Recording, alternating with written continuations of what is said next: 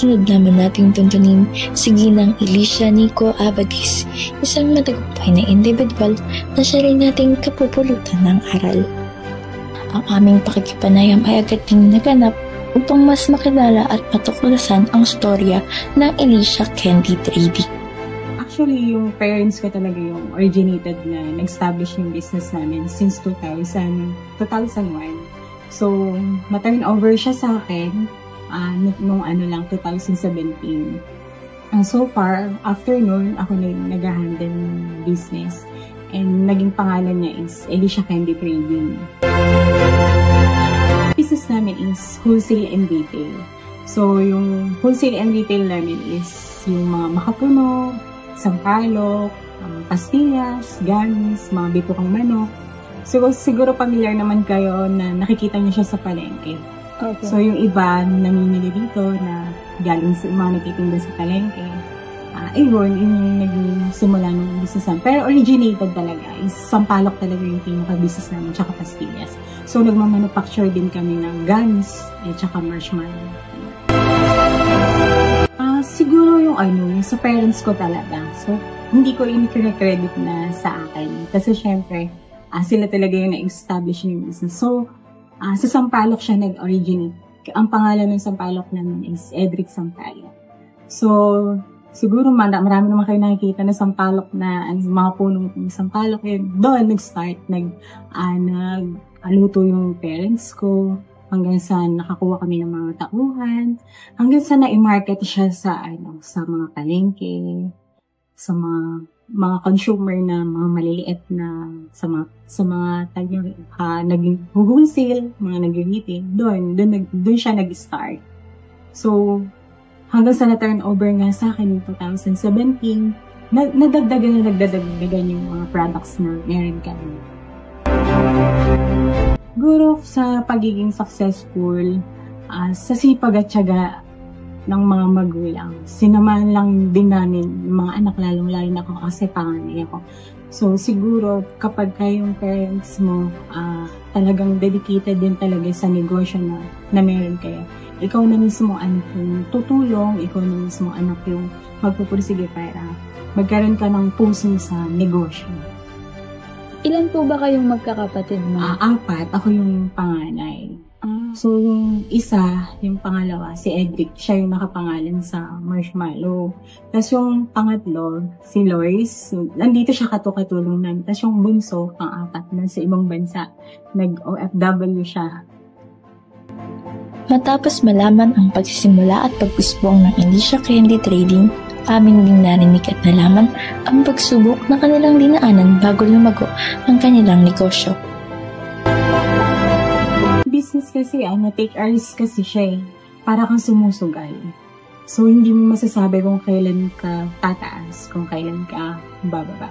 So, dapat isang alagaan mo is yung pagiging malapit at maging mabuting puso sa mga customer natin. Kasi sila yung, kumbaga parang nagiging tulay din.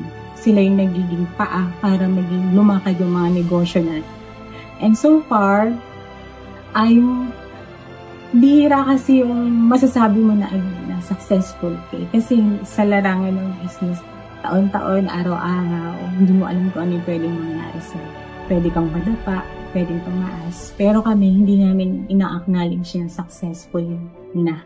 Siguro sa 25 years, handon na yung na-reach mo na yung mga pagsubok, na-reach mo na yung na-bankrupt ka, nawalan ka ng puhunan, inalisan ka ng mga customer, may mga tao na hindi ka na binayaran, pero lahat yun sa tulong ng Lord na pagtagumpayan namin. And so far, dumating yung pandemic, siguro naman alam natin yung mga nangyari. Marami din binago si Lord kung paano kami makasurvive at saka paano rin makatulong sa ibang tao. Kaya naniniwala ako na habang nasa puso natin yung pagiging negosyo, araw-araw tayong may successful.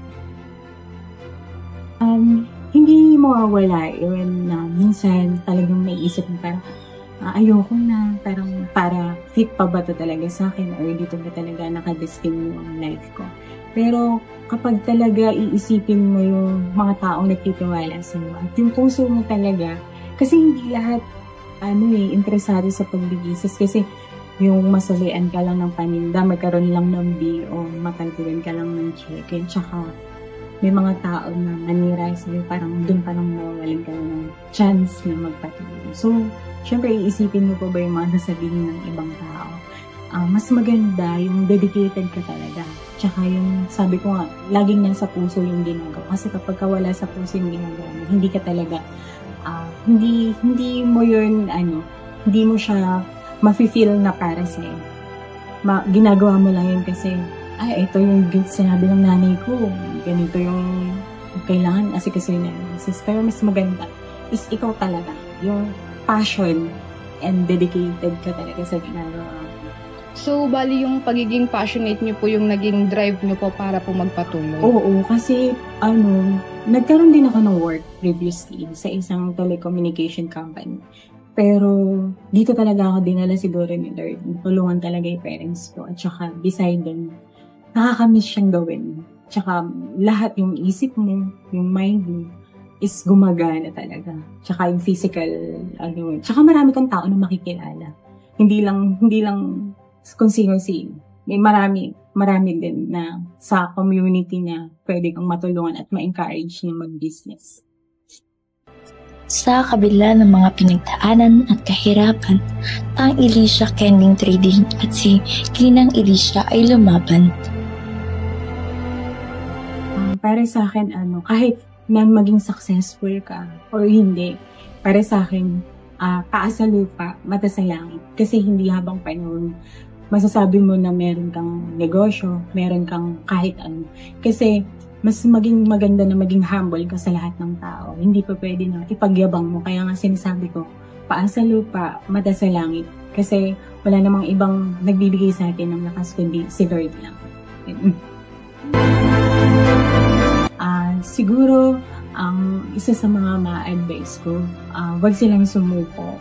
Lahat kung ano man yung mga gagawin nila, mag-open pa naman sila ng negosyo, magtiwala sila sa Panginoon. Kasi wala namang ibang tutulong sa atin, kundi mahingi tayo palagi ng wisdom and knowledge and protection sa Panginoon. Kasi lahat naman yun ay pinagkakalaon sa atin ng Lord.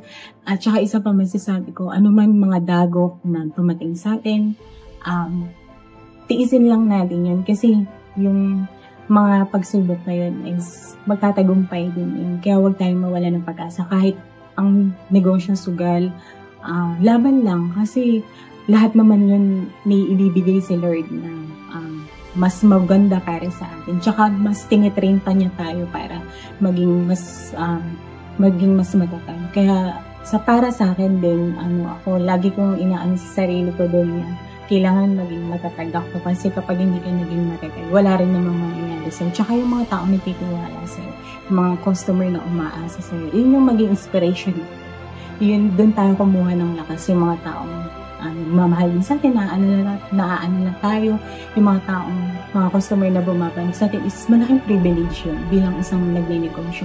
Tsaka lalong-lalo na sa mga nagsisimula, kung wala kayong benta sa isang araw, okay lang. Wag mawala ng pag-asa kasi hindi mo naman masasabi kung ano ibibigay sa'yo ng Panginoon mo. Kasi huwag tayong manghinayang kung wala tayong benta. Minsan dumarating din sa amin, wala kaming benta. Pero thankful pa din kasi buhay ka, nakakapagtinda ka. Wala lang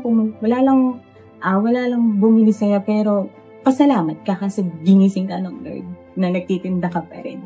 So hindi naman lahat umaabot sa kanya. Pero yun lang. Akibat ng misteryong kinabukasan at pakikipagsugal sa tadhana, ang takot at pangamba ay naiwaksi ni Ginang Elisha. Sa halip, ito ay matatag niyang hinarap at nilabanan sa pamamagitan ng diskarte at tiyaga. Ang lihim ng kinabukasan ay talagang nakakatakot, nakakapangamba. Ngunit sa likod nito ay nakakatakang pangyayari na ating hindi kayang mawari kung tayo ay hindi susugal sa tadhana at habang buhay na magpapakain sa takot kung saan ito ay matapang na hinarap ni Ginoong Enrique at Ginang Elisha. Kayo, handa na ba kayong harapin ang inyong natatanging misteryo at buksan ng pintuan patungo sa inyong kapalaran?